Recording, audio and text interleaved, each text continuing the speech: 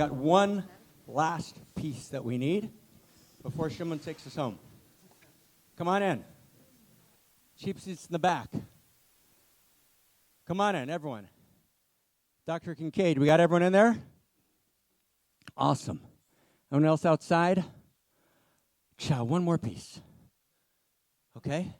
And it's a crazy exciting piece, and it's a crazy important piece. So, there was a dude named Maslow. Remember him? Good old Uncle Abe. Right, Michael described the last days with him. He spent his last days at Esalen. Right, Abraham Maslow. He was a very close friend of someone named Claire Graves. And Uncle Abraham, is writing in the 1940s, actually in the middle of World War II. Right in the middle of the Holocaust is actually when that work's being done. Claire Graves developed something which his student, Don Beck, who recently passed away, right, called spiral dynamics. And Don is a beautiful, beautiful, tragic man, and beautiful man, and called me when Unique Self came out in this just kind of fit of generosity. And he said, Unique Self is the Bible for second year, right? And he meant particularly, but he said particularly yellow, because there's a color-coded scheme. I think that might have been a dig. I haven't figured it out since, right? But Don was beautiful. He spent his life teaching, spiral dynamics. He was an insanely beautiful man who lived actually in Austin, Texas. And Abraham Maslow, right, comes up with what he calls the hierarchy of needs. Okay, now this is really beautiful, but I want to get it really softly and gently. It's big. And it's big, big, big, big, big, big.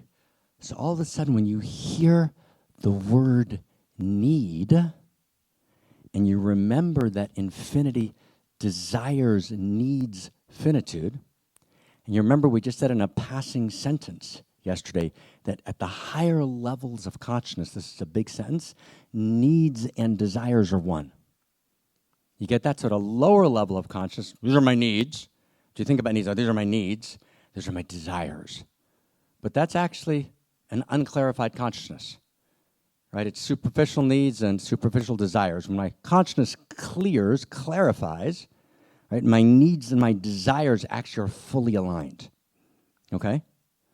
So Maslow's whole notion of needs, right, his self-actualization hierarchy, where he talks about, the need for, survival, safetiness, and then, belonging, and then self-esteem, and then self-actualization, that pyramid that I'm sure you've all seen and maybe taught, right, is, of course, an important pyramid, but it addresses separate self. It's like, whoa. It's like the entire Maslow pyramid is about separate self. Because Maslow himself experienced the world as separate self.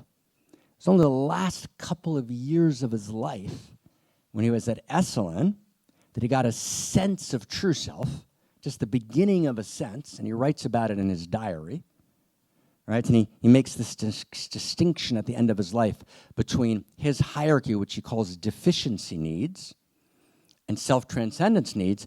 But for him, self-transcendence means transcend your separate self into the one,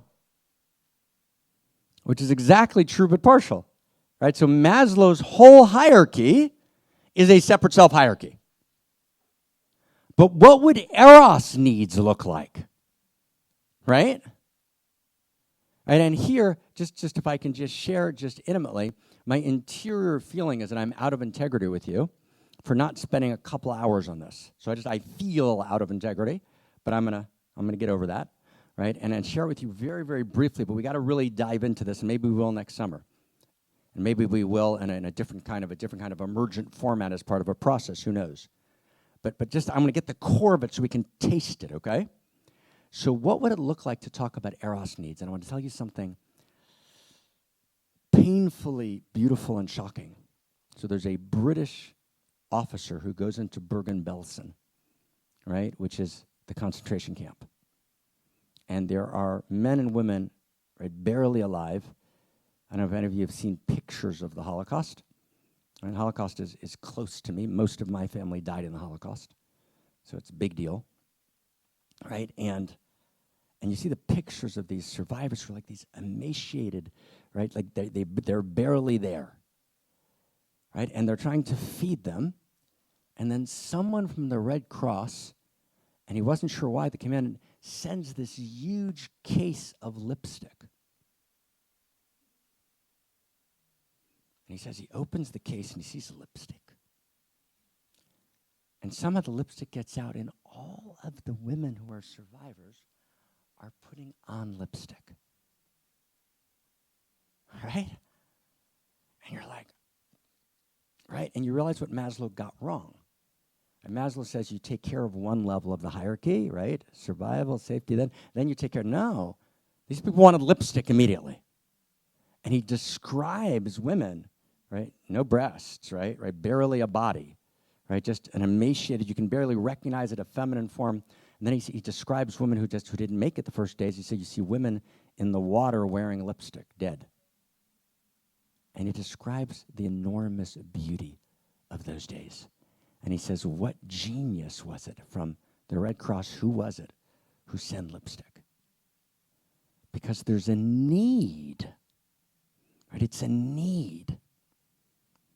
So with permission, as we conclude this Unique Self Day, there are 6 core needs, which we call unique self needs. And these are not separate self needs. It's why Maslow's hierarchy, as important as it is, doesn't take you home. You're a self-actualized separate self. Right? You get the structural, now you see it, we're in the source code now. But I actually have to move, right, to true self, and then I've got to move to unique self, then to evolutionary unique self, and I want to be playing my instrument, Unique Self Symphony. Right? So what are my Eros unique self needs? I just want to just list them gently, and we'll just hear them. They barely need explanation.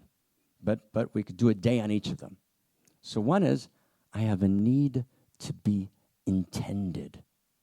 And what you're going to notice is that all 6 of these needs are answered in the news story.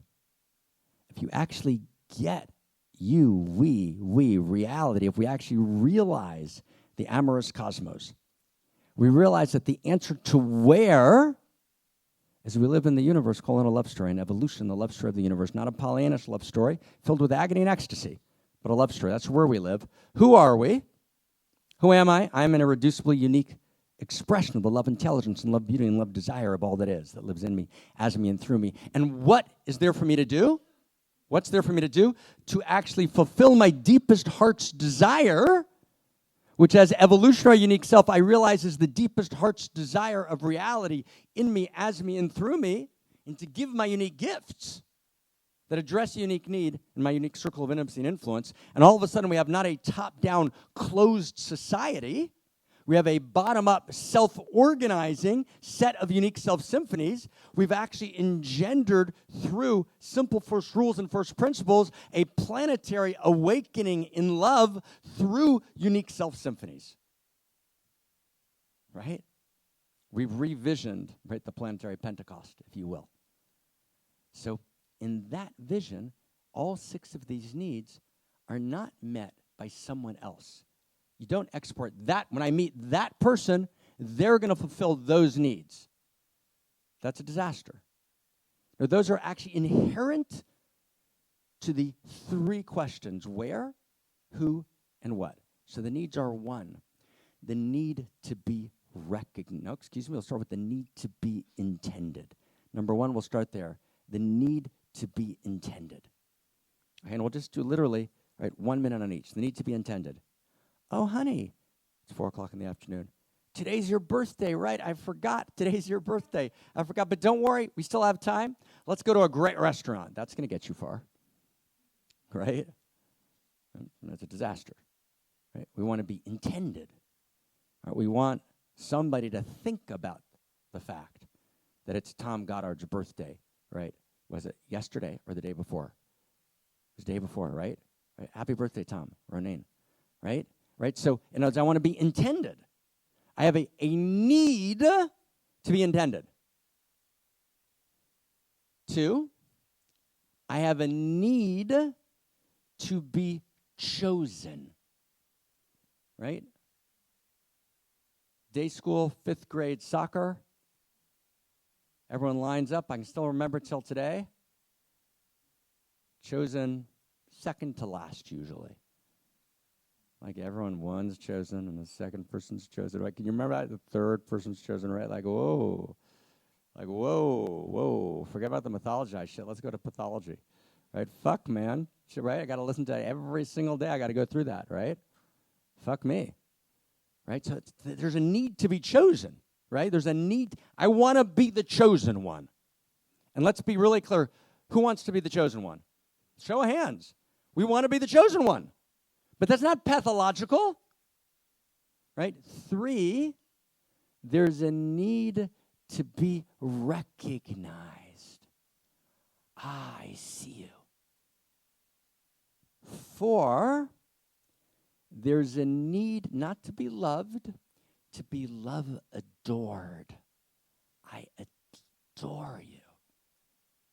Right? I adore you. I don't love you. I love you. Okay. I adore you. Right? And I adore you so much, I'm going to make up new words to describe our love every time it reaches a new depth. I adore you. Right? 5, I desire you. I desire to kiss your shoulder. That's it. I just want to kiss your shoulder. I'm in bliss. That's all I want. Right? And 6, I need you. I need you. Now, what we do is we pathologize all 6 of those needs. Number 1, first move, we pathologize those needs. To the extent that we recognize them, what do? We outsource them. That person, that guy, that woman, that person, that friend, if they desire me in that way, I'm okay. If they don't, right? If they choose me, okay. If they don't, right? If they intend me, if they recognize me, right? If they adore me, right? But that's actually a fundamental mistake because actually I'm intended by reality. Reality is thinking on me. Finitude can eavesdrop on the conversation of infinity, and I am born of fuck. I am born of the intentional fuck of cosmos, the intentional allurement of cosmos that brought together through an allurement that never stopped an entire set of unique propositions that manifested an irreducible unique expression and emergence of the field called me. Right? I didn't choose where to be born or when to be born. I was intended. So just feel that in your body. Don't think it in your mind. Turn your mind off. Feel in your body, I was intended by reality. Right? Right? I was chosen by reality. I'm the one. The movie Dune got it right. There was one person who was the one. No, I'm the one. I'm the one. Right? I'm literally chosen by reality, right, to play my instrument in the Unique Self Symphony, and that instrument changes the entire symphony, because that's actually how it works.